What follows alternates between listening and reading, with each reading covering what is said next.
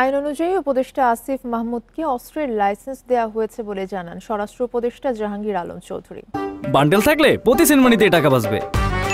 বিকাশ send money bundle কিনে জিতুন প্রতি লেনদেনে।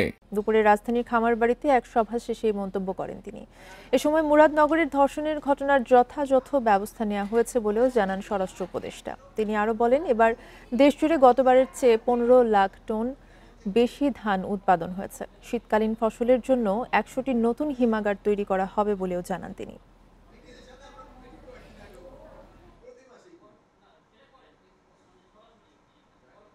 নিম্নে বর্ণিত পদধারী ব্যক্তিবর্গের লাইসেন্স প্রাপ্তির জন্য নির্ধারিত আয়কর পরিশোধের বাধ্যবাধকতা থাকবে না।